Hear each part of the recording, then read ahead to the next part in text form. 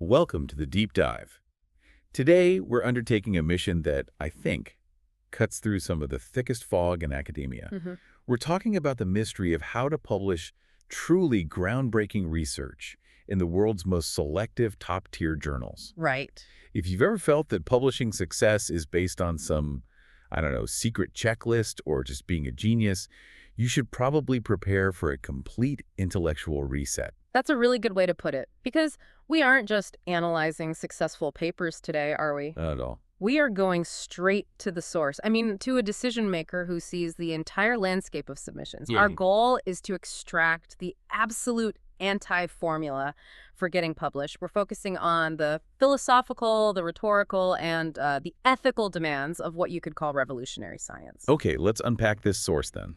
Because the foundation of this entire deep dive, it comes from the insights of one person, Professor David Trafimo. And this isn't just an academic who churns out papers. This is an international scholar who fundamentally shapes entire fields of inquiry. So just to give a little background here, Professor Trafimo holds the title of Distinguished Achievement Professor of Psychology at New Mexico State University. And his influence is, well, it's globally recognized. He's been ranked among the top 2% of the most influential scientists worldwide. By Stanford University, no less. Exactly.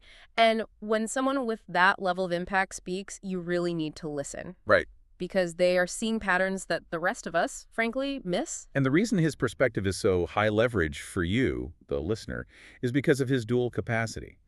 On one hand, he's proven he can succeed. Oh, absolutely. He's published extensively in huge venues like Psychological Review and American Psychologist. But even more critically, he sits in the gatekeeper's seat. He's the editor-in-chief for not one, but two major journals. Basic and Applied Social Psychology and the Journal of General Psychology. That's it. And that editorial role is it's essential to this whole conversation. He's not just reporting on his personal success. No, he is analyzing the failure modes and the rare triumphs of literally thousands of manuscripts. He sees every common mistake, every conceptual misstep. And on the flip side, every rare, truly novel contribution. Right. And his expertise blends that social science methodology with these often overlooked fields. Like philosophy of science. And critical statistical reasoning. These are the things that get left out of most PhD programs. So the detailed sources we've pulled from, they came from a specialized workshop he hosted. It was designed specifically to boost research capacity internationally. Held in collaboration with the Journal of Asian Business and Economic Studies. So our mission for this deep dive is to take his incredibly practical, often provocative insights. They are definitely provocative. Covering creativity, research ethics, editorial expectations, and deliver them to you as quick, high-leverage knowledge you can apply immediately to your own work. We're completely bypassing that tedious checklist approach, so forget how to format a title page. Right. This is not that. We're addressing the monumental questions instead. Like, how do you develop an idea that is so fundamentally new that it will still matter in 25 years? And then, how do you frame that idea with the necessary intellectual drama? Yeah, that's the key word, isn't it? Drama. So that an editor who is drowning in submissions has absolutely no choice but to push it through. And that actually leads us right into his opening salvo. Yes, where Professor Trafimo just completely dismantles the greatest myth in academia, that success is just about following a set of predefined steps. So let's start there. We begin by tackling this common assumption that publishing at the highest level is purely a function of, say, IQ and methodological precision. Right. The belief that if you're smart enough and you follow the correct steps, A, B, C, D. Then acceptance is basically guaranteed. And Professor Trafimo is, well, he's unequivocal in stating that this belief is just fundamentally incorrect. He calls it dangerously misleading. It is. He insists there is no simple formula. I mean, think about it. If there were, the journals would lose their scarcity value. The standards would just collapse overnight. Exactly. So instead of a formula, he presents the process as 3 interwoven, essential, and non-negotiable pillars. You have to achieve all 3. And they are not weighted equally in terms of difficulty, which is really interesting. No, not at all. The first pillar is the absolute baseline. It's having a really good idea. Okay, that seems obvious enough. It's foundational. If you don't have true novelty, nothing else matters. But this, and this is the crucial part, is only the beginning. Right. He points out that so many people stop here. They believe that a brilliant conceptualization is enough on its own. And it is absolutely not. Because even if you have this world-changing insight, you have to satisfy pillar 2. Which is putting it across. This is the element of craft, of communication, and maybe surprisingly to some, of dramatic presentation.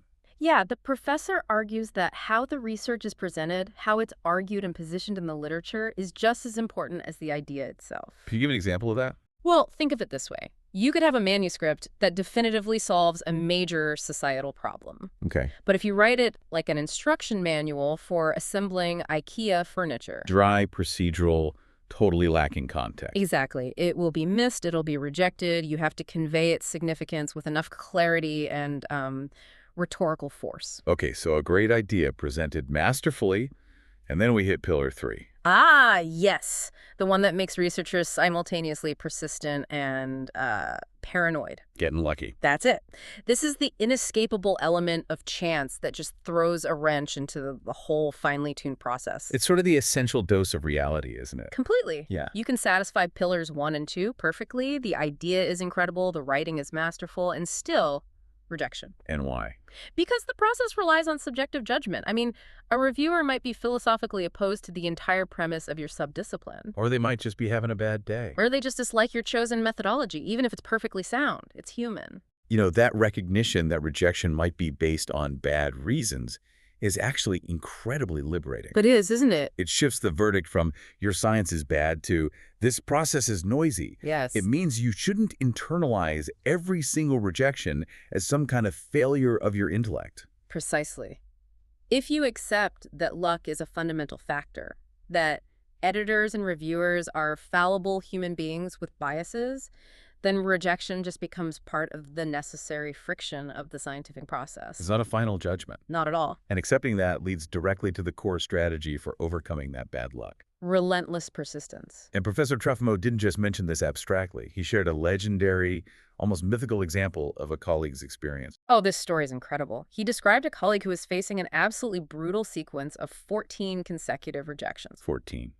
On a single line of inquiry. Can you imagine? That is a devastating intellectual grind. I mean, think about the emotional stamina required to continually refine, reformat, and resubmit a paper 14 separate times. Only to be told no. Again and again and again. 14 attempts. That means submitting to maybe what? Half a dozen different journals, getting 3 sets of reviews for each, rewriting based on those reviews, and then just repeating that cycle over and over. Most people would have abandoned the entire research program after the 3rd or 4th failure. I know I might have. I think we all would. Yet the professor encouraged him, told him not to get discouraged. He suggested that maybe the core idea was so far ahead of the curve that the field just hadn't caught up yet. So he told him to keep going. He literally said to him, it could be that the next 14 will be accepted. And unbelievably, that is exactly what happened. No way. The colleague experienced 14 rejections, followed by 14 consecutive acceptances. Wow. That is an astonishing story. It just hammers home the point that persistence generally wins, but only if the core idea was strong enough to begin with. But, and this is a huge but, persistence isn't just brute force. It has to be strategic. It must be. The professor provided a crucial caveat on how to use that rejection feedback effectively. You must always read the reviews, of course. See if genuine improvements can be made. But here is the critical high-leverage move. What do you do when you believe the reviewer is just plain wrong? You watch for a specific signal. He says if multiple reviewers across different journals reject the paper for the same reason, even if you, the author, believe that objection is scientifically, logically, or methodologically flawed, You still have to do something about it. you must rewrite the paper to preemptively address that specific objection before you submit it anywhere else. Wait, let me challenge that for a moment. If you're confident the objection is scientifically wrong, isn't rewriting to appease a scientifically unsound concern, well, bad for the integrity of the work? It feels that way, but it's really a pragmatic sacrifice for the sake of communication. Okay. The professor argues that if multiple people raise the same objection, the issue isn't with the science itself. It's with the author's framing. Exactly. It's a communication issue. You have failed to convince the community that your approach is sound. So you have to rewrite to negate the possibility of that objection ever coming up again. Even if the rewrite just involves adding a paragraph explaining why that objection is irrelevant, you are solving a perceived problem in the reader's mind, and by doing so, you're preempting the next rejection. So it's an exercise in audience management. And persuasive rhetoric. Ensuring that your fantastic idea doesn't get derailed by avoidable communication problem that just keeps popping up. Exactly. That's a fundamentally strategic way to view reviewer feedback. It transforms it from criticism into, well, market research. Precisely. You are optimizing for acceptance in a subjective system, not necessarily optimizing for some abstract scientific truth, which, you already believe you possess. Okay, that brings us back to pillar one, the good idea itself. We hear so much about the need for sheer intellectual horsepower in high-level academia. Right, that it's all about IQ. But Professor Trafimo drops what might be his most reassuring assertion for anyone struggling with imposter syndrome. Which is? Publishing in top journals is not about intelligence. He stresses this point so strongly. He says, any worry about your perceived intelligence level is just entirely misplaced energy. Why? Because creativity is fundamentally different from intelligence. You might be incredibly smartable to memorize vast amounts of data, perform complex calculations, but if you lack creativity, he says you will never publish at the top tier. So if intelligence is the wrong metric to be focused on, what should we be cultivating instead?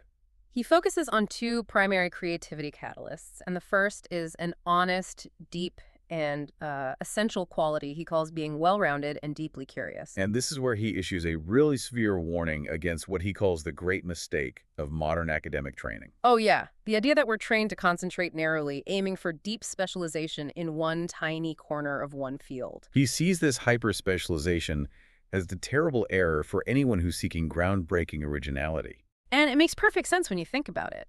If you only look at one corner, you only see the solutions that corner has already developed. You're trapped in an echo chamber. You are. The necessity of breadth means researchers must actively pursue curiosity about diverse fields. Philosophy of science, history, art, biology, physics, anything outside your domain of expertise. And the goal isn't just general knowledge, right? It's not about memorizing external facts for a trivia night. No, not at all. The objective is to acquire different mental structures. What does that mean exactly? By learning how, say, a physicist frames a problem or how a philosopher structures an argument, you collect new lenses. You get new ways of seeing the world. And then you apply those external foreign lenses back to your own narrow research problem. And that is the mechanism that generates true novelty. He illustrated this so beautifully with a story, which you've called Anecdote 1, the lingua franca insight. This story is fantastic because it demonstrates just how far afield you have to look for inspiration.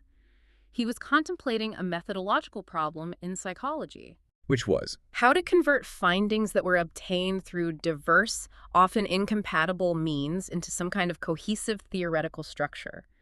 The solution didn't come from a statistics textbook. It came from history. Yes.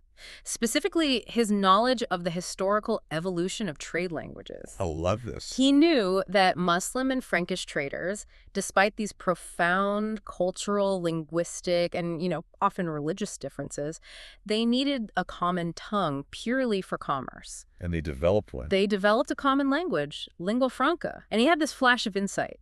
If diverse cultures could create a common language for trade, maybe he could create a common language for measurement. Or probabilistic lingua franca. To convert all these divergent psychological findings into a unified, quantifiable standard. That conceptual leap from 11th century Mediterranean commerce to 21st century psychological methodology, that's the definition of creativity based on breadth. It is.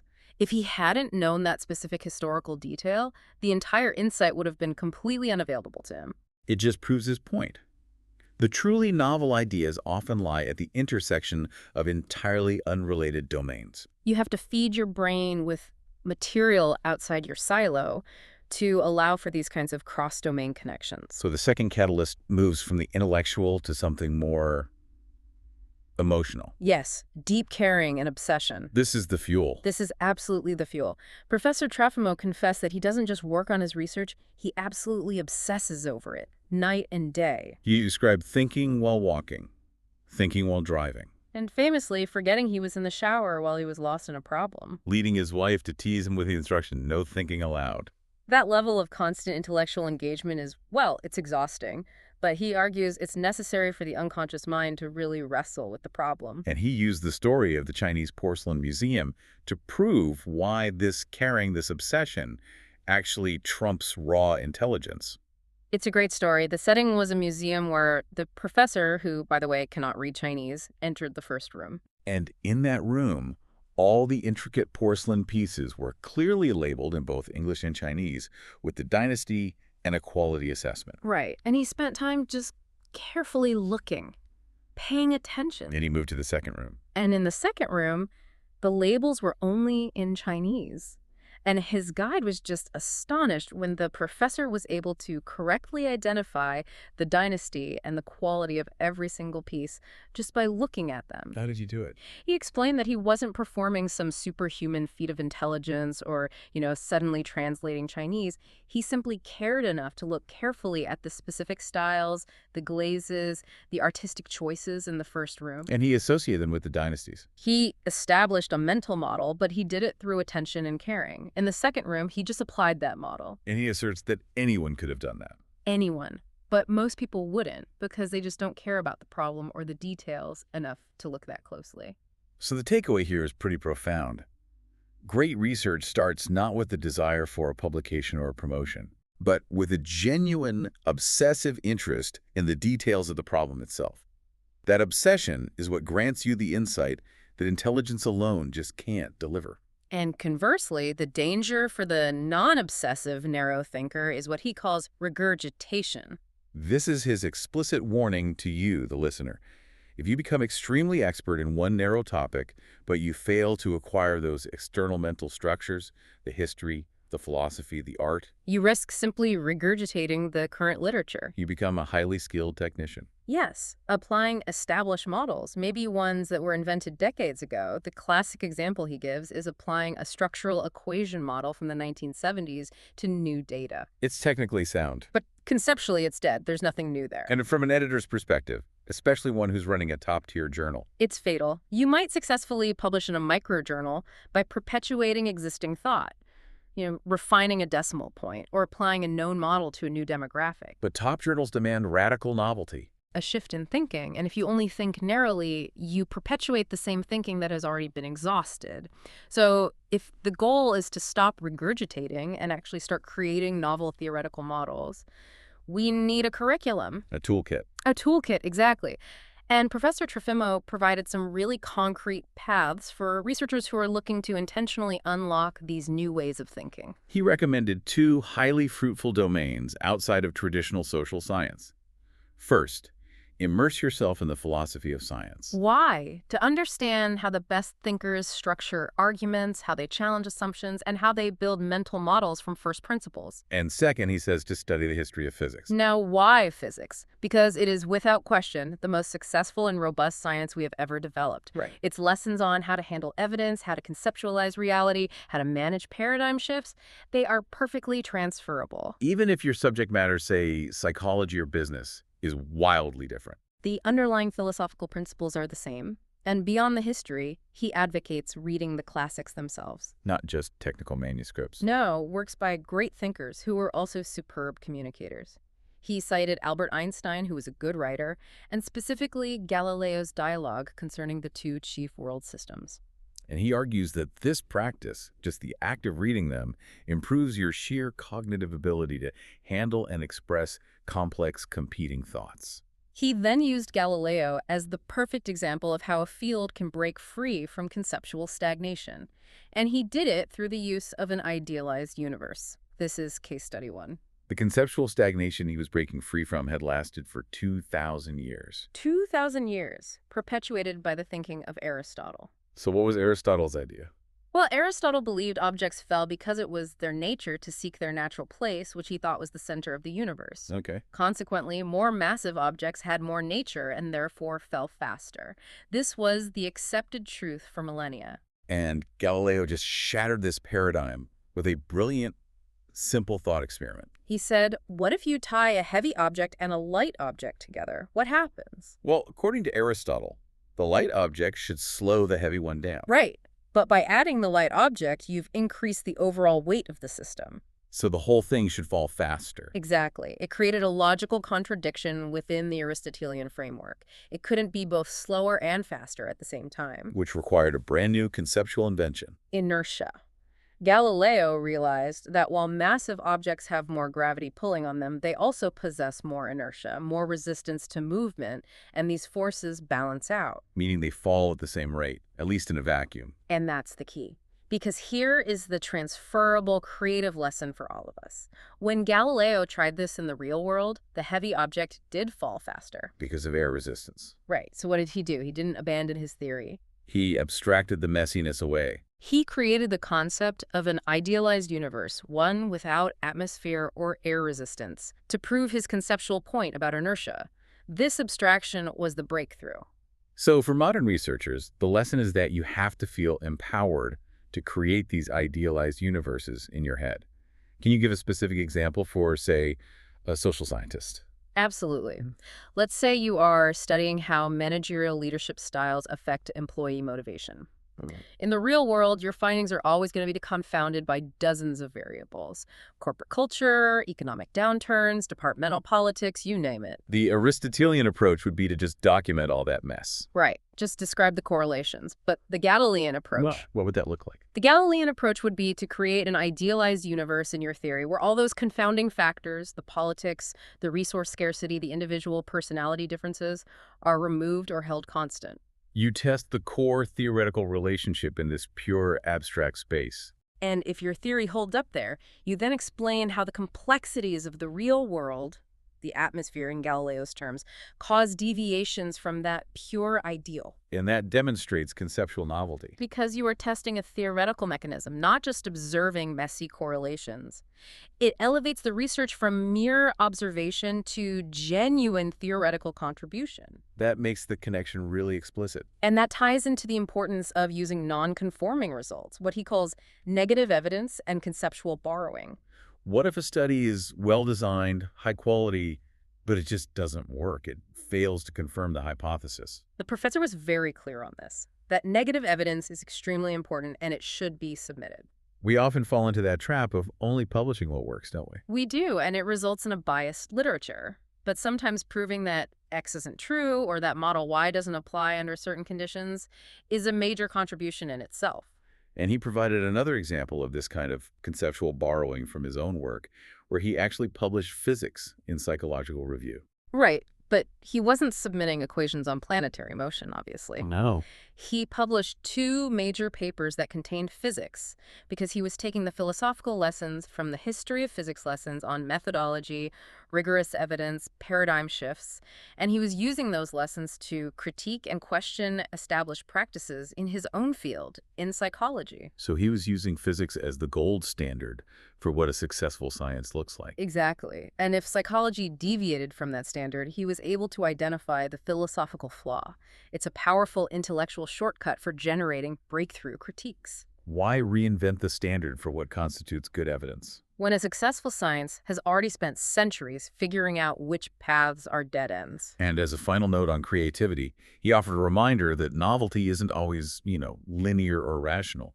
He mentioned the role of dreams. He did, citing Tekele's famous dream of a snake biting its own tail. Which provided the crucial visual insight that led to the discovery of the structure of benzene in chemistry. It's the reward for obsession. If you immerse yourself in the problem completely, day and night, walking and showering, your unconscious mind just keeps processing it.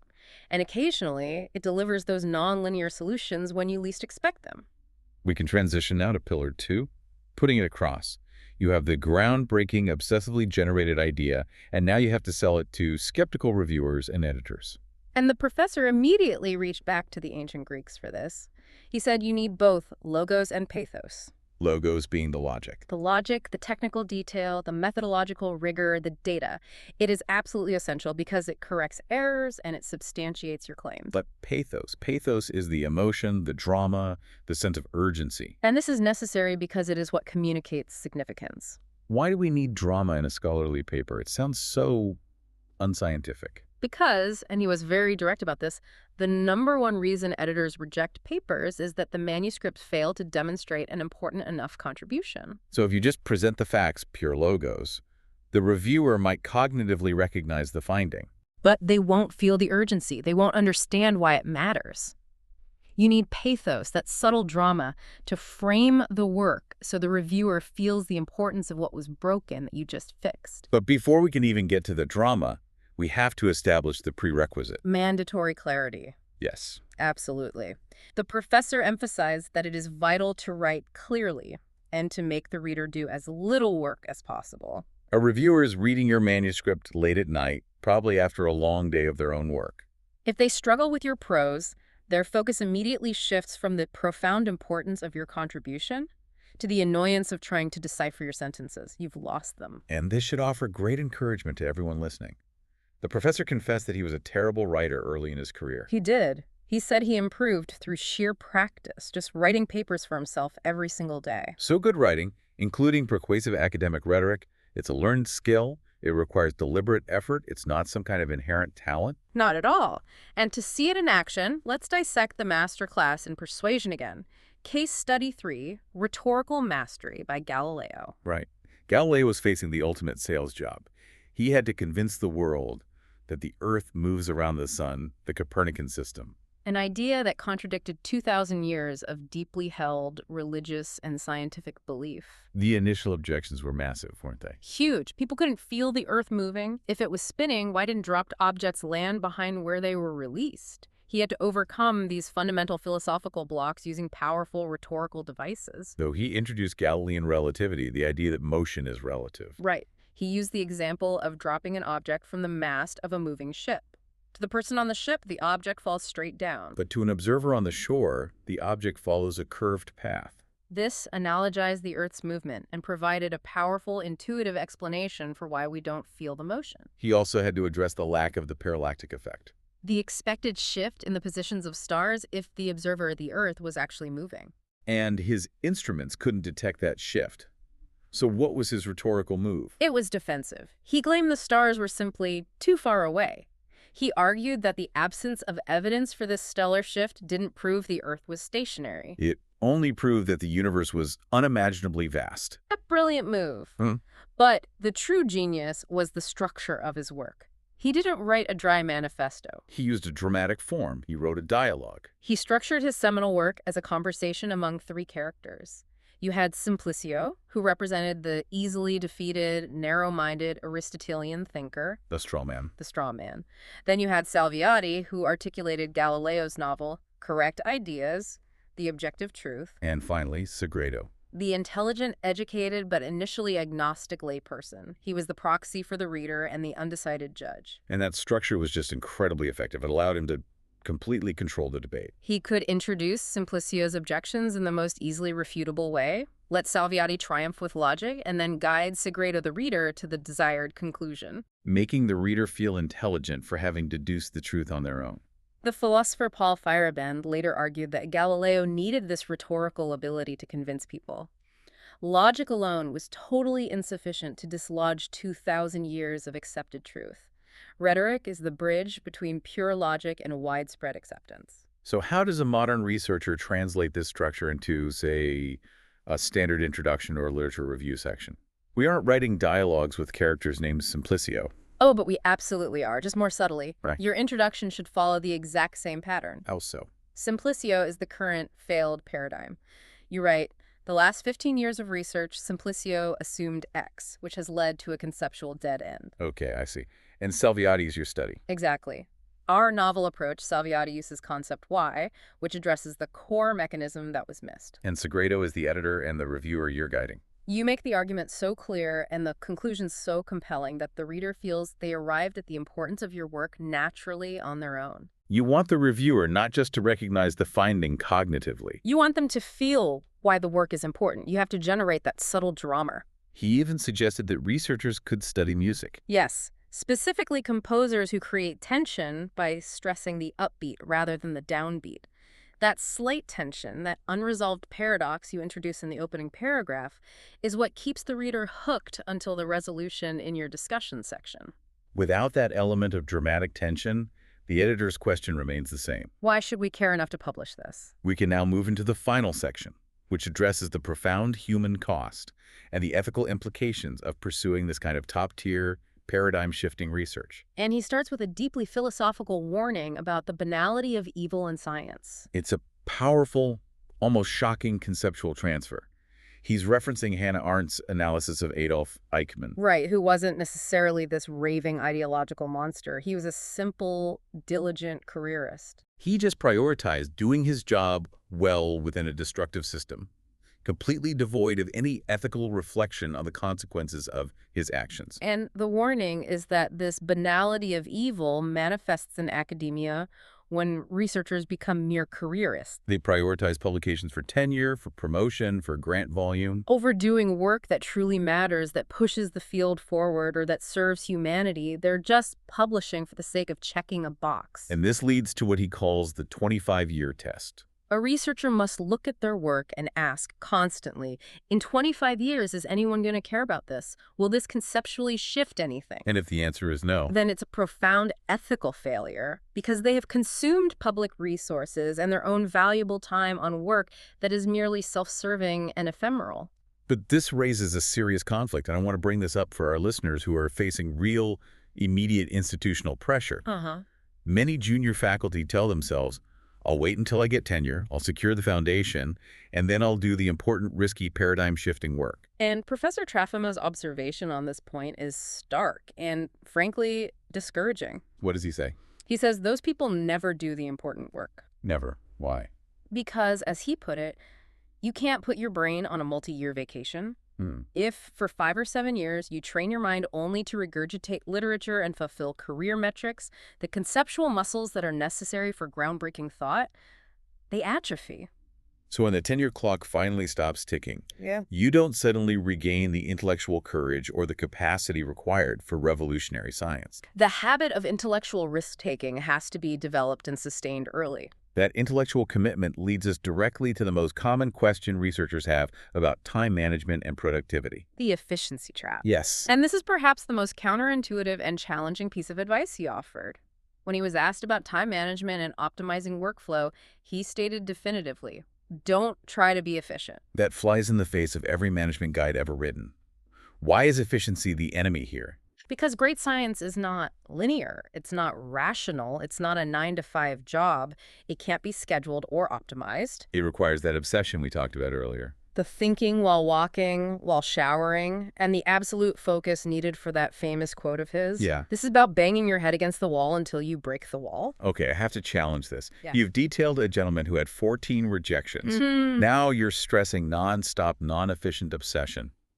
We even heard the anecdote about the researcher whose wife threatened divorce over his study habits. Right. How does Professor Trafimo reconcile this demand for banging your head against the wall dedication with a sustainable academic life, or, frankly, just basic human relationships? He doesn't, not entirely. He presents it as the reality of the cost of truly great science. So it's a trade-off. He implies that if you prioritize efficiency, say, ensuring you only spend 2 hours a night on deep conceptual work so you can maintain a balanced family life, you might achieve good science, but you will likely never achieve revolutionary science. If you're worried about efficiency. He suggests forget it. The game's over. It's a brutal reality check that really highlights the sacrifice required for true paradigm shifts. The creative breakthroughs, like Kekule's dream, they only emerge from that constant, non-linear, non-efficient obsession. However, he did offer a path for easing the burden, which is collaboration and courage. Collaboration is encouraged for complementing weaknesses, right? The creative psychologist should collaborate with a mathematician for technical expertise. Or, even more practically for you, the listener, collaborate with people in different fields who publish in your target journal. A statistics expert should collaborate with a marketing or management professional if they want to publish in those journals. Why? To ensure they understand the journal-specific expectations and the rhetorical style that's necessary for acceptance in that domain. And the second part, courage, is essential to be the one banging your head against the wall. He demonstrated this with his own editorial decision back in 2015. He did. He spoke about his highly controversial editorial in Basic and Applied Social Psychology, where he unilaterally banned significance testing. P-values. He banned p-values. That decision was met with absolute furor. It challenged one of the foundational statistical practices of the social sciences. Oh, he was immediately met with ridicule. He was called a clown. He faced intense professional backlash. But the courage paid off. It did. The conversation surrounding the limitations of null hypothesis, significance testing, and p-values has shifted dramatically since then. This illustrates the courage required to challenge models, even if they are long accepted and institutionally enforced. It's the historical lesson of Galileo's inertia becoming a contemporary editor's p-value ban. That's a great way to put it. Finally, let's address the fundamental editorial question that was asked by the audience at that workshop. What is the single factor that distinguishes a technically sound paper one with good methods and good data from one that is truly publishable in a top-tier journal? The answer is absolutely singular: novel contribution. That's it. He meets that the world is flooded with methodologically sound papers, and those belong in specialized, lesser journals, which is perfectly fine. But top-tier journals are looking for a conceptual breakthrough. Something that hasn't been done before. A new lens on reality. So if you have that novelty, how do you make sure the editor actually sees it? You have to, and I love this phrase, spread it on like you spread butter on a piece of toast throughout the manuscript. Yes. You must clearly define the intellectual landscape, what the last 15 years got wrong or missed or failed to explain, and why your current paper offers a better, novel way. That novelty case has to be undeniable from the very first paragraph of the introduction. He also briefly touched on the role of modern tools, specifically AI in research. AI is acceptable and useful for summarizing previous work, for finding sources, for verification assistance. Okay. But researchers must not depend on AI to do their thinking for them or to develop new theories. AI is trained on what exists. Which makes it fundamentally incompatible with generating the creative novelty required for top-tier publication. Exactly. It can only regurgitate, which is the very thing we're trying to avoid. And back to handling the gatekeepers, dealing with reviewers for the last time. If the reviewer's advice is scientifically bad and fundamentally ruins the thesis of your paper, what do you do? If the advice is helpful, you implement it. But if it compromises your core contribution, the professor insists that authors must argue against it. You can actually win the editor over. Often, yes. By drafting a well-written, persuasive cover letter that strategically, politely, and logically refutes the reviewer's flawed point. It requires conviction and clarity and rhetorical mastery, but the editor, as the final authority, is persuadable if your logic is impeccable. #outro. Wow. This deep dive has traveled from the necessity of obsession all the way to the rhetoric of Galileo, all guided by the perspective of an editor who defines success in this fiercely competitive environment. It really has. Let's try to synthesize the 6 core concepts we've derived from this workshop. Okay, the pillars of the anti-formula. 1. Research begins with profound, non-linear curiosity. 2. No drama, no care. The paper has to use rhetoric to make the contribution felt. 3. Logic corrects, but broad intellectual caring matters more than IQ. 4. Contribution demands obsession. Efficiency is the enemy. 5. Clarity is mandatory so the editor can focus solely on your idea's importance. And 6. Well-rounded beats, narrowly focused. So you have to identify the specific philosophical and methodological scope of your target journal, structure your manuscript using that rhetorical tension to communicate novelty. And internalize that rejection often stems from poor conceptual positioning or a failure to demonstrate significance, not just from bad statistics. The overarching mission, then, is to achieve that high-leverage knowledge of how editors actually think, to move past mere methodology, and to focus on generating revolutionary ideas and articulating their profound importance. Which brings us to our final provocative thought for you, the listener. Connecting back to that ethical point about careerism and the efficiency trap. If achieving top-tier publication demands constant, non-efficient obsession, profound intellectual risk-taking, and the courage to challenge foundational models like the p-value, then the ultimate challenge is this. How can one truly structure a professional life governed by immediate institutional deadlines and performance metrics that still allows for such sustained, non-efficient intellectual risk-taking? How do you do that without succumbing to the careerist trap of merely doing what's required for the next promotion? That internal conflict, that necessary intellectual and personal sacrifice, is the true barrier that defines truly great revolutionary science. Something to think about the next time you find yourself staring blankly at the wall, hoping it breaks.